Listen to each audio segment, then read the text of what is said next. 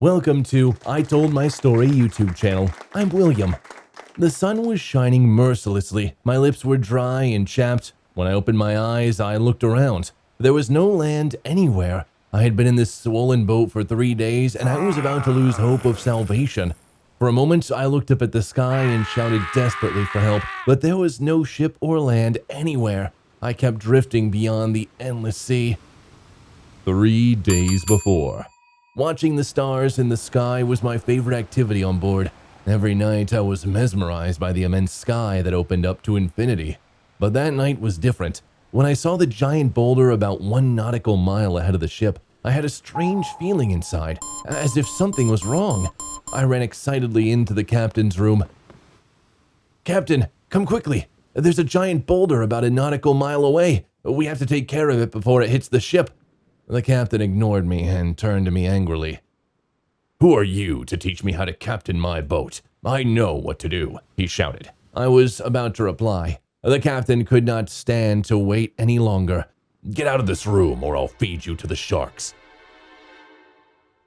I didn't say anything to the other crew members because they were drinking alcohol every night like the captain, and I was sure they wouldn't listen to me.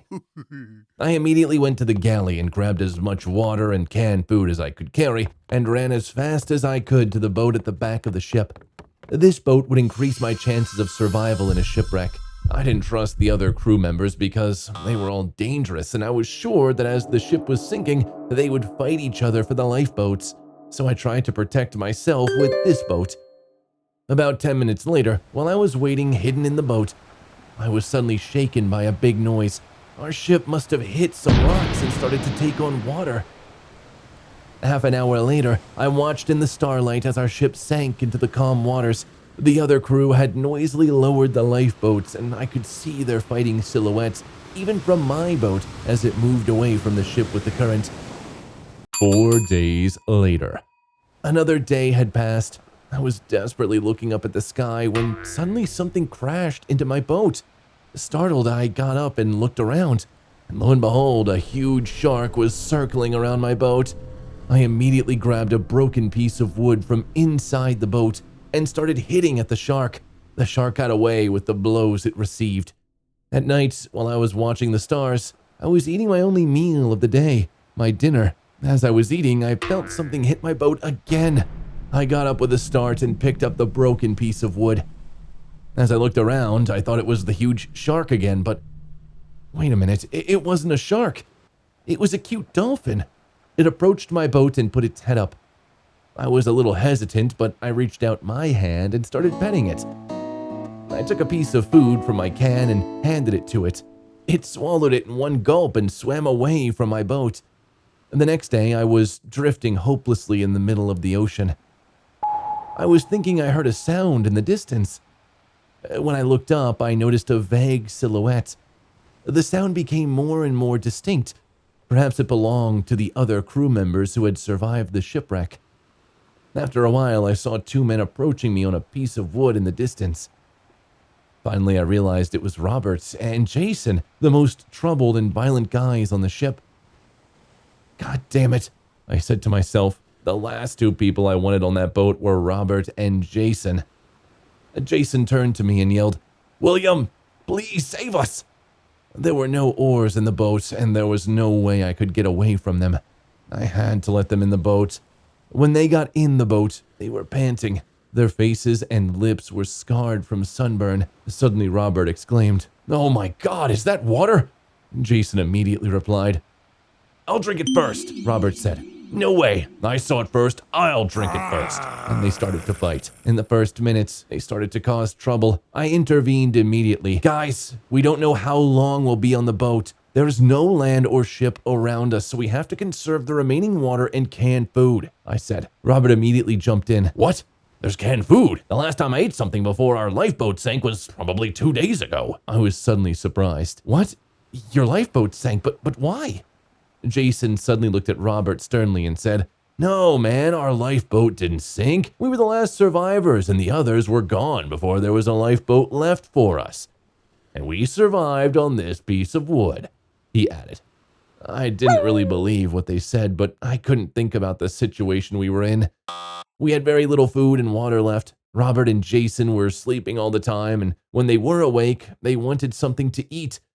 As they were about to eat the last can of food, I pleaded with them, "Please, eat a little less.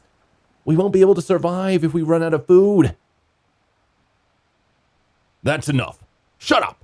I am the captain here, and what I want will happen," he said and pulled a knife from his belt. Brother Jason, please put that knife back. He laughed and handed it to me. I was surprised and stammered, "Why did you give me the knife?" "The schools of fish sometimes pass very close to the boat. Look, there they are, even in front of the boat right now. Take this knife and jump on them fast. Maybe you can catch one of them, but be careful not to drop my knife in the water." "Nonsense. How can I catch them? The fish will swim away before I hit the water. Besides, there's a huge shark around us. Please, don't make me do something like that." But they both laughed at me dirty. "Come on, let's see how fishy you are."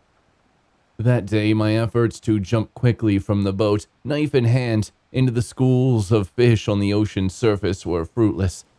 I didn't catch a single fish. We had very little water left. We were all miserable, our lips, face, and ears now covered with sores from the scorching rays of the sun. That morning, I was startled awake by Robert's frantic shouting, "Land has appeared! Land has appeared!" I looked excitedly in the direction Robert was pointing. There was no land, no ship. There was just endless blue stretching as far as it could go. I turned to Robert and asked, "There's nothing there. Are you okay?" He looked at me with angry eyes and said, "What? Am I lying? Do you want to call me a liar?" "No, Robert, there's nothing in the direction you're pointing." With these words, he took out a knife from his waist and said, "Look at me. One more word and I won't interfere." And then Jason intervened. "Robert, the boy is right. There's nothing to see but the endless ocean. I think you are delusional from hunger," Jason said. Robert turned to Jason and said, "You're right. I'm incredibly hungry and I'm probably going crazy." Then he turned to me and said, "Take this knife and catch us some fish somehow." He was looking at me with mad, angry eyes. I nodded without saying anything. Until midnight, Robert kept pushing me to jump into the ocean. If I tried to get some rest, he would come up to me. "Get up and catch us some fish," he urged. But I had no more strength. I got up on the boat and rose into the air, but I didn't fall into the water. For a minute, I was on top of an unfamiliar object, and to my amazement, I said, what is this?" I shouted. Robert and Jason immediately looked at me and started laughing. I immediately threw myself into the water. When I pulled my head out of the water, it was like a horror movie. The captain of the ship was above the water and he looked really bad. I shouted, "Oh my God, it's the captain!" Robert and Jason on the boat were still laughing their asses off. Jason turned to me and said, "Yeah, the captain of our old ship. Looks like he got in trouble and died where he belonged." Robert turned to Jason and asked, "What are we going to do about the captain?" Jason said, "I think we should take it into the boat. We can bait the worst fish. Maybe we can catch some big fish with it," he added.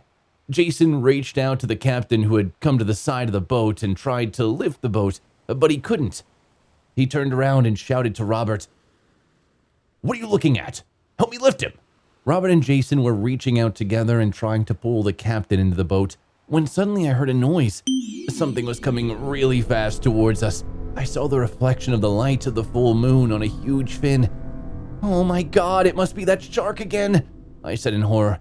The fin was moving so fast over the ocean that it suddenly surfaced and swallowed the captain, Jason, and Robert all at once with its sharp teeth. After a minute or two, I heard a sound behind me again.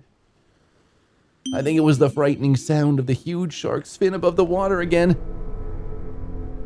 I brayed inwardly and suddenly something below me lifted me to the surface of the water.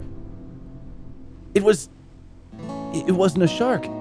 It was the cute dolphin that had come to me earlier on the boat. I clung to it and it took me away very quickly. I woke up in the morning in the sunlight. I was lying on the sand and the waves of the ocean were gently lapping on the shore. I opened my eyes and could hardly sit up to look around. I realized I was alone on an unfamiliar island. The next day I wrote "help" in big letters on the beach. A week later, an airplane noticed my writing and rescued me from this deserted island. See you in our next story, friends. Take care of yourselves.